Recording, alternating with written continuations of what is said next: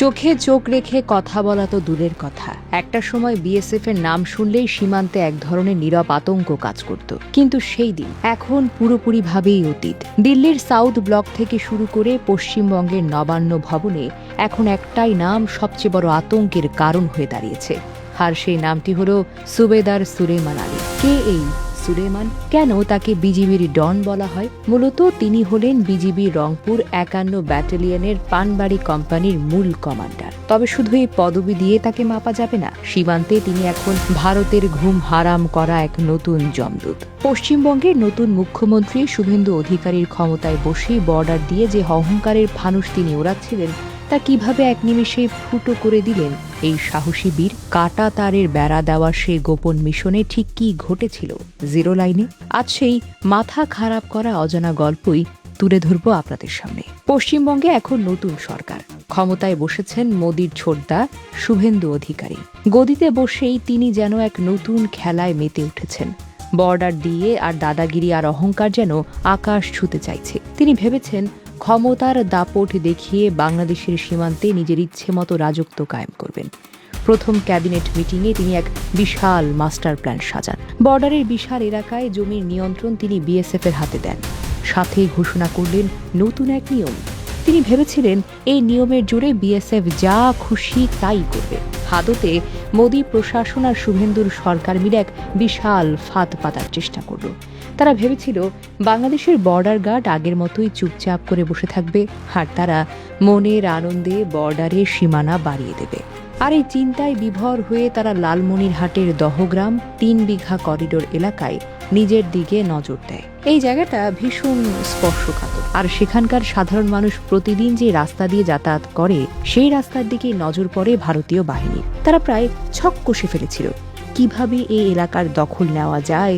মোদি আর শুভেন্দু ভেবেছিলেন তাদের এই মাস্টার প্ল্যান যদি কেউ ধরতে পারবে না, কিন্তু তারা খুনাক্ষরেও বুঝতে পারেনি সীমান্তে তাদের জন্য কি ভয়ঙ্কর শনির দশা অপেক্ষা করছে। তারা জানতই না এবার তাদের সব দাদাগিরি, সব অহংকারের খেল একেবারে খতম হয়ে যাবে। কারণ বর্ডারে এখন আর সেই পুরনো দিন নেই, ভয় দেখিয়ে পার পাওয়া যায়। এখন বর্ডারে এমন এক কমান্ডারের পাহারা চলছে যার বুকের পাটা দেখে খোদ বিএসএফ এর বড় বড় কর্তাদের গলা শুকিয়ে কাঠ হয়ে যায়। আর এতেই যে শুভেন্দু সরকারের সব পরিকল্পনা এভাবে জলে চলে যাবে তা তারা স্বপ্নেও কল্পনা করতে পারেনি। দিনটি ছিল শুক্রবার, বিকেলের রোদ তখন পশ্চিম আকাশে হেলে পড়েছে বটে, চারপাশে গোধূলির আবছা আবছা আলো, কিন্তু সেই সময়টাকেই বিএসএফ তাদের নোংরা কাজের জন্য বেছে নেয়। ভেবেছিল সন্ধ্যার অন্ধকারে চুরি চামারি করে বর্ডারে বেড়া দিয়ে দেবে, আর কেউ টেরও পাবে না। আন্তর্জাতিক কোনো নিয়মের তোয়াক্কা না করে তারা জিরো লাইনের একেবারে ১০ থেকে ২০ গজের ভেতরে ঢুকে পড়ে। উদ্দেশ্য ছিল খুব পরিষ্কার, রাতের আধার ঘনিয়ে আসার আগেই সেখানে শক্ত করে কাটা তারের বেড়া বসিয়ে দেওয়া। এই কাজের জন্য তারা কোনো সাধারণ প্রস্তুতি নিয়ে আসেনি। পশ্চিমবঙ্গের ১৭৪ বিএসএফ ব্যাটালিয়নের ভীম ক্যাম্প থেকে বেছে বেছে অন্তত ৭০ থেকে ৮০ জন জওয়ানকে সেখানে আনা হয়েছিল। হাতে ছিল অস্ত্র, আর পাহারায় দাঁড়িয়ে যায় তাদের মাঝখানে ৩০ থেকে ৩৫ জন লোক বাঁশের খুঁটি বটানোর কাজ শুরু করতে। তারা ভেবেছিল এই বাহিনী আসলে বাংলাদেশের কারো ধারে কাছে গ্যাসের সাহসও পাবে না। বিএসএফ এর বড় কর্তারা মনে মনে হাসছিল। তারা ভাবছিল তাদের প্ল্যান ১০০% সফল। খুব সহজে এবার তারা বাংলাদেশের মাটি দখল করে নেবে। কিন্তু এই আনন্দের আয়ু যে মাত্র কয়েক মিনিট, তা তারা মোটেও আজ করতে পারেনি। তারা জানতো না বর্ডারের ওপর থেকে এক ঘুমন্ত সিংহ জেগে উঠেছে, কারণ তারা খুনাক্ষরেও টের পায়নি তাদের এই চুরি করে বেড়া দেওয়ার খবর মুহূর্তের মধ্যেই বিজিবির কাছে পৌঁছে গেছে। আর যেই না মাত্র খবর এলো ভারতীয় বাহিনী জিরো লাইনে খুঁটি করার চেষ্টা করছে, ঠিক সেই মুহূর্তে দৃশ্যপটে হাজির হলেন সুবেদার সুলেমান আলী। তিনি কোনো চিঠি চালাচালির ধার ধারলেনই না, উল্টো বিন্দুমাত্র দেরি না করে তিনি তার পানবাড়ি কোম্পানির জওয়ানদের নিয়ে ঠিক যেন এক কালবৈশাখী ঝড়ের ভেগে ঘটনাস্থলে ছুটে গেলেন। বুক চিতিয়ে সোজা হয়ে দাঁড়ালেন একেবারে বিএসএফ এর চোখের সামনে। তবে সুলেমান শুধু দাঁড়িয়ে থাকলেন না, মুহূর্তের মধ্যে তার বিশাল বাহিনীকে ৪ থেকে ৫টি ভাগে ভাগ করে ফেলেন। এই মাস্টার মাইন্ড কৌশল দেখে বিএসএফ এর চোখ তো ছানা বড়া। তারা তারা ভাবতেই পারেনি বাংলাদেশের জওয়ানরা এত দ্রুত এসে এমন ভয়ঙ্কর রূপ ধারণ করলো কি করে। সুলেমানের নির্দেশে বিজিবি জওয়ানরা ভারী অস্ত্র সোজা বিএসএফ এর বুক বরাবর তাক করে ধরল। এতেই যেন পুরো এলাকা থমথমে হয়ে গেল। সুলেমান কড়া গলায় ধমক দিয়ে বললেন, এখনই খুঁটি তোলো, 1 ইঞ্চি মাটিও খোঁড়ার চেষ্টা করবে না। আর এতে একটা ধমকের শুভেন্দুর বিএসএফ এর সব অহংকার যেন মাটিতে মিশে গেল।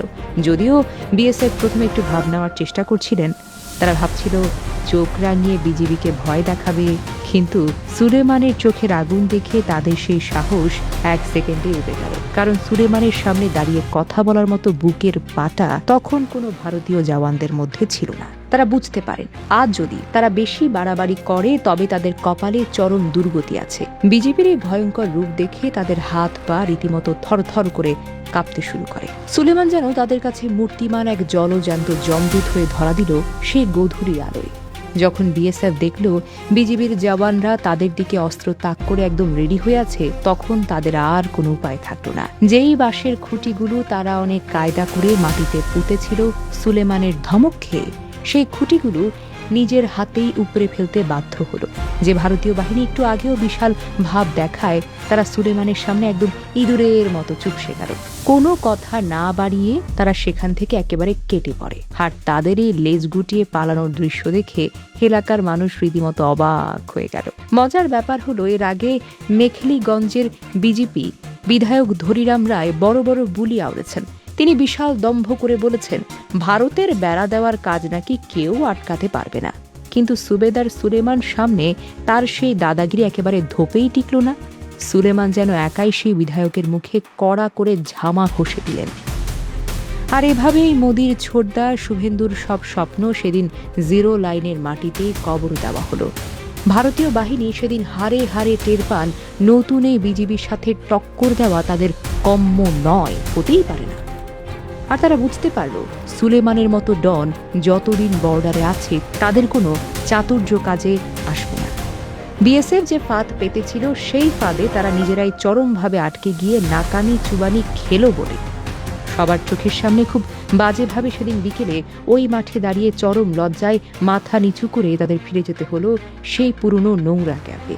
কিন্তু সুবেদার সুলেমানের সেই বাঘের মতো রূপের রেশ পরের দিনও রয়ে গেছিল।